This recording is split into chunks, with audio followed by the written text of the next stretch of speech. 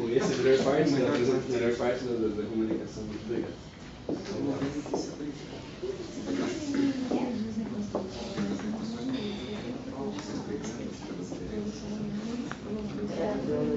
Nossa cara.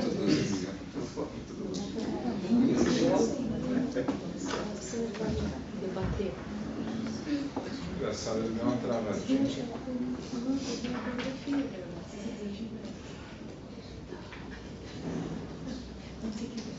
Nossa, gente. Tá dando uma coisa dele.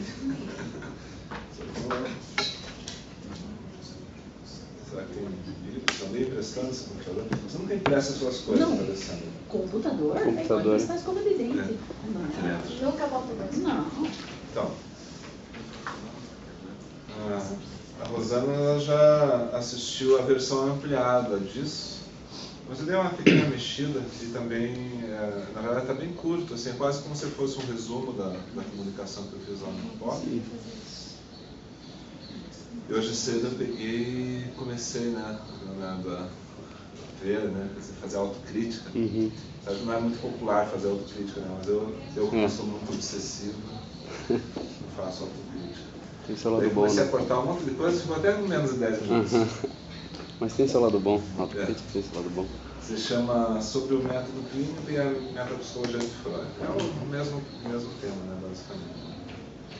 Então, vou dizer boa tarde para todos e todas. E começar aqui a leitura. A psicanálise de Freud se coloca como uma ciência. Essa ciência é vista de uma determinada perspectiva, né, o que significa em termos freudianos, uma atividade que visa a resolução de problemas de um determinado tipo, que ela tenta discriminar, isolar e responder, dentro de um determinado quadro crítico, que entendemos kantiano, mas por um viés nitidamente schopenhaueriano.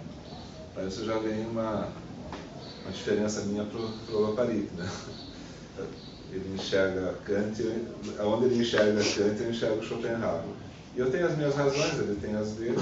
É uma perspectiva, né, determinada de leitura, não significa algo bom, mal, melhor ou pior, mas sim dedicação a outras leituras que influenciam, enfim, o resultado. Né? Quais são, portanto, os assuntos que a psicanálise de Freud se propôs abordar? Quais os problemas que ela vai tentar resolver? São os assuntos relacionados a um determinado tipo de inconsciente descrito por Freud, já que esse inconsciente, dito dinâmico, inconsciente sob repressão e, portanto, não diretamente acessível à consciência, estaria na raiz dos problemas tratados na clínica, que é, por sua vez, basicamente, um método de cura para as neuroses de transferência. É por isso que a teoria da repressão é, para Freud, a pedra angular sobre a qual repousa toda a estrutura da psicanálise.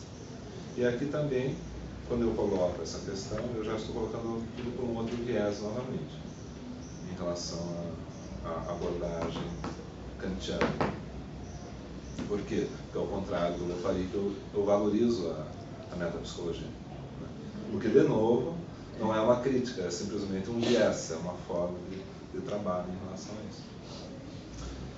De fato, é exatamente essa distinção entre um conteúdo latente, um pré-consciente acessível à consciência, e um conteúdo reprimido, ou seja, algo que um dia foi percebido e não pôde ser aceito pela consciência, o que vai justificar a importância da noção do inconsciente e abrir o campo de investigação da clínica, que se tornaria, no decorrer do tempo, a psicanálise de Freud.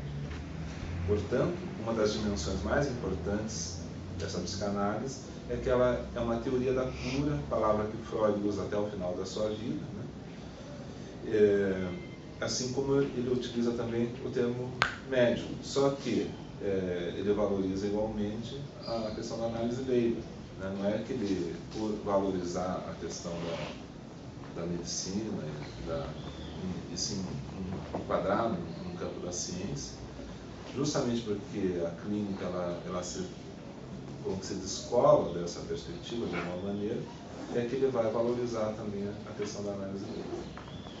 Então ele tem certas formalidades, mas essas formalidades de verdade não podem ser confundidas com uma exclusividade. Por isso que ele escreve um texto específico quando ele fala a respeito disso. Então, de um modo geral, o que a psicanálise faz é tratar problemas ligados à saúde humana, ainda que tais problemas se apresentem de modo peculiar, pois suas etiologias remetem sempre a uma psicogênese, ainda que a referência à filogênese se coloque como pano de fundo desses problemas. Eu remeto vocês diretamente para uma nota escrita em 1920, aos 3 ensaios, onde ele explica essa relação, partindo do atual para a ontogênese e aí a filogênese, dizendo que a psicanálise propriamente se ocupa do atual. Né? Mas a metapsicologia não. Né? Então, é uma forma de pensar esses problemas aqui. E do meu ponto de vista, ela é fundamental. A psicanálise seria assim um conjunto de teorias, de técnicas e procedimentos que tem a intenção de ajudar o praticante, seja ele médico ou leigo, a resolver certos tipos de problemas que são gerados na vida comum das pessoas no contexto do inconsciente reprimido. O inconsciente dinâmico, esse inconsciente reprimido, é gerado pela repressão, pela frustração. Basicamente, a frustração dos desejos ligados à sexualidade. E também tem um outro elemento que entra aí, que é a questão da morte. Né? Freud vincula também o surgimento da neurose, tanto a sexualidade quanto a morte, e em alguns contextos ele fala disso. Nesse sentido, os problemas que são trazidos pelo paciente relacionado à sua experiência cotidiana, à sua vida consciente, esses problemas referem-se, em última instância, a experiências conscientes acontecidas em sua vida pregressa, notadamente na sua infância, que fizeram com que ele constituísse um inconsciente reprimido ou dinâmico, o qual é carregado de desejos e metapsicologicamente por investimentos liminais em afetos.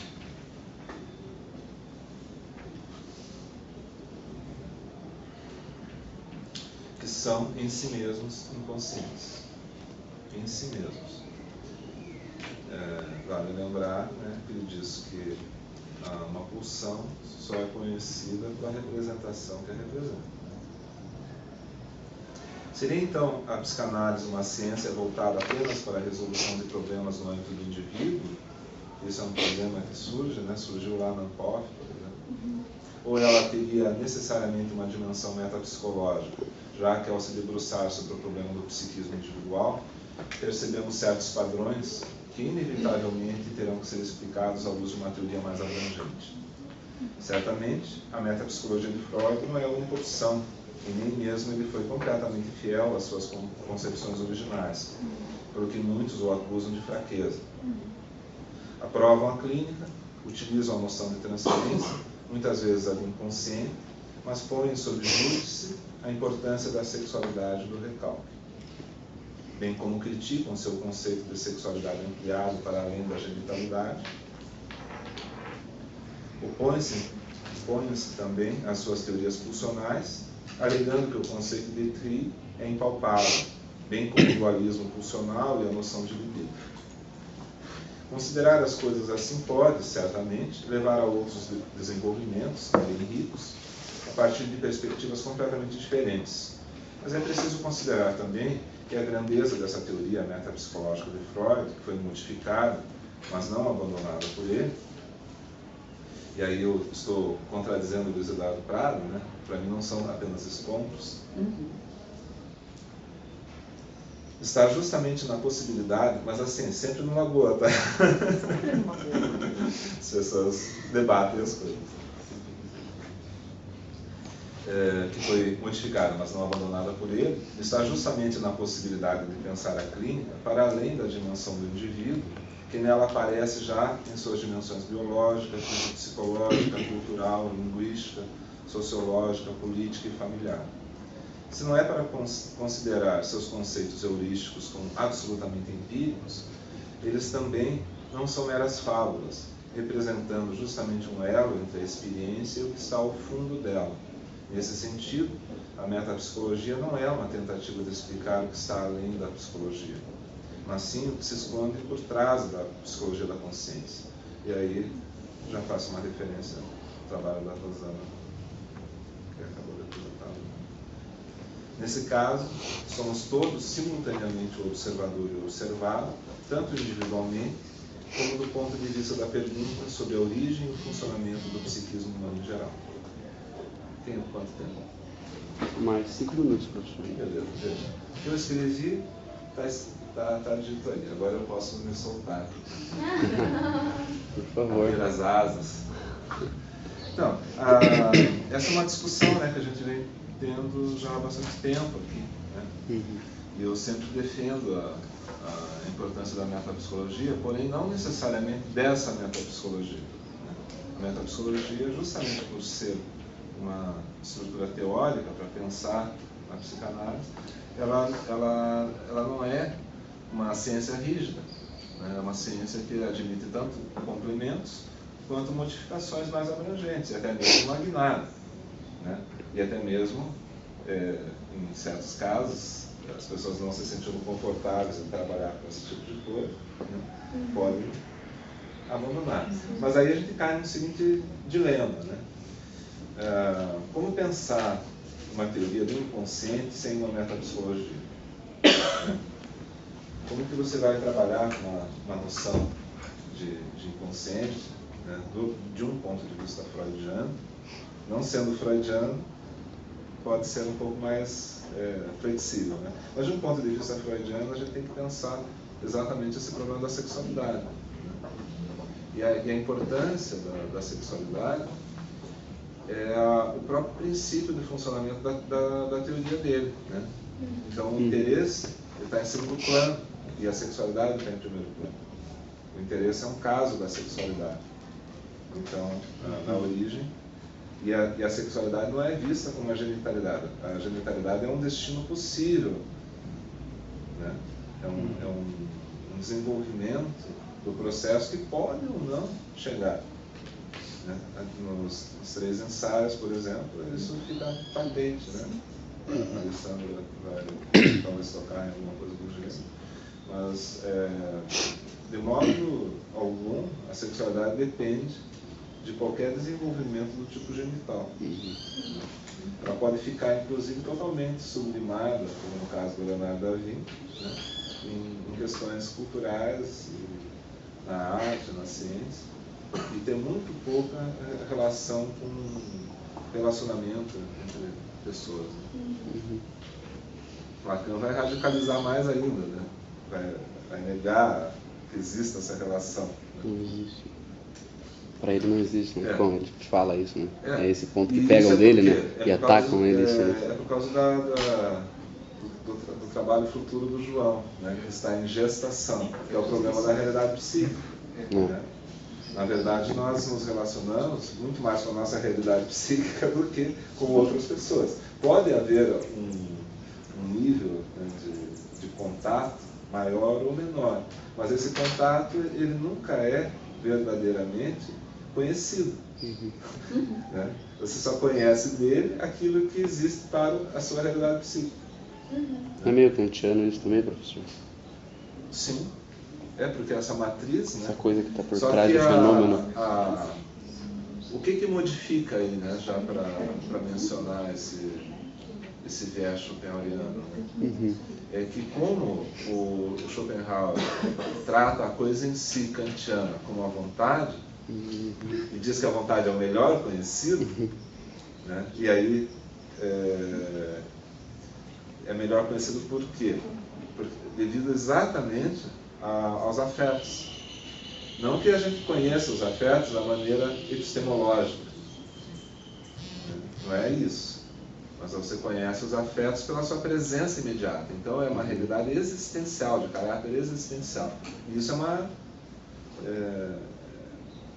uma coisa assim que demorou para ser compreendido. Né? Porém, do ponto de vista do século XX, isso já é melhor compreendido. Tanto que, inicialmente, o Schopenhauer ficou meio deixado de lado no contexto da filosofia. Por quê? Porque ele estava ali naquele universo do idealismo alemão, que não se interessava muito por esse tipo de coisa. Estava mais interessado em negar a coisa em si do que propriamente em tentar fazê-la funcionar no âmbito da teoria. E ele tem uma saída radical, que não é kantiana, pelo contrário. Tanto que a noção de metapsicologia dele não é o que está além da experiência, mas é o que está por trás da experiência. Por isso que quando o Freud vai trabalhar com uma metapsicologia, né, para saber o que está por trás dessa psicologia da consciência, ele segue a mesma interpretação kantiana do Schopenhauer. E é isso que muitas vezes falta para a análise. Não que não seja kantiano, né? Mas é que esse kantiano ele tem uma espécie de caminho, assim, pelo qual é possível você entender como que Freud acaba. E esse caminho também é intermediado pelo Nietzsche, né? Bem claramente. O Nietzsche, inclusive, trabalha com a questão dos sonhos, com a questão de populações primitivas do psiquismo, tem uma análise do conflito pulsional no âmbito do inconsciente. Então, quer dizer, o debate em torno desse tipo de coisa tem uma origem claramente kantiana, mas os desenvolvimentos intermediários também são importantes para a gente entender como que Freud consegue dar ainda um outro passo e pensar na possibilidade de uma clínica, coisa que até então ninguém tinha atinado com isso, né? Desse ponto de vista. Dá para imaginar outros tipos de atendimento psíquico ao longo da história, né? De várias maneiras. Mas esse tipo de clínica, né, com uma base kantiana e, digamos assim, que separa completamente a consciência do inconsciente de um ponto de vista pulsional e com um fundo sexual, aí você tem o Schopenhauer assim, estampado, o pseudo Schopenhauer estampado na teoria. O corpo, o corpo. Que é como é o ponto de transição, né? Por isso que o título do meu livro é Uma Estreita Passagem. O Francisco tira muito sarro de mim, né? Ele também vê um sexo em tudo. A ideia do meu singelo título. Professor, uma dúvida assim, mas a questão do sonho em Nietzsche, não sei se ele chega a mudar isso, mas para ele é uma repetição ou uma forma do homem retornar aos seus primórdios na evolução humana, né? O sonho em Nietzsche é uma questão filogenética. Então, isso que... Sim. E como Nietzsche está bem entre Schopenhauer e Freud, né? Como... Parece até de propósito, intermédio, assim. O fato é que, por mais que o Freud tente se afastar para ter a independência, a gente observa esse movimento histórico, né? Não é possível você adquirir a tua própria identidade sem fazer esse movimento de afastamento também. Então é uma busca de identidade dele, e não só dele, mas da própria psicanálise e do movimento psicanalítico, que ele não queria vinculado com a filosofia, com uma visão de mundo específica de um determinado filósofo, porque ele não compartilhava com a visão de mundo do Schopenhauer.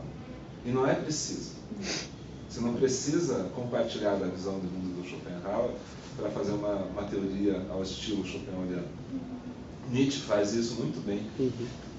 Né? E é uma das contribuições do Nietzsche é como que eu posso fazer com isso, abrindo mão do pessimismo. Né? Tanto que o texto do Freud sobre a transitoriedade, ele é como um pêndulo, já que a gente está falando do Monzani, né? Ele é como um pêndulo entre Nietzsche e Schopenhauer. E ele define assim, eu não vou tomar decisão, cada um tem que decidir qual é o valor da vida. Então isso é clínica, entendeu? Sim. Isso que é legal. Acho que fechou, né? Fechou. Abusei. Não, mas é isso aí. Obrigado.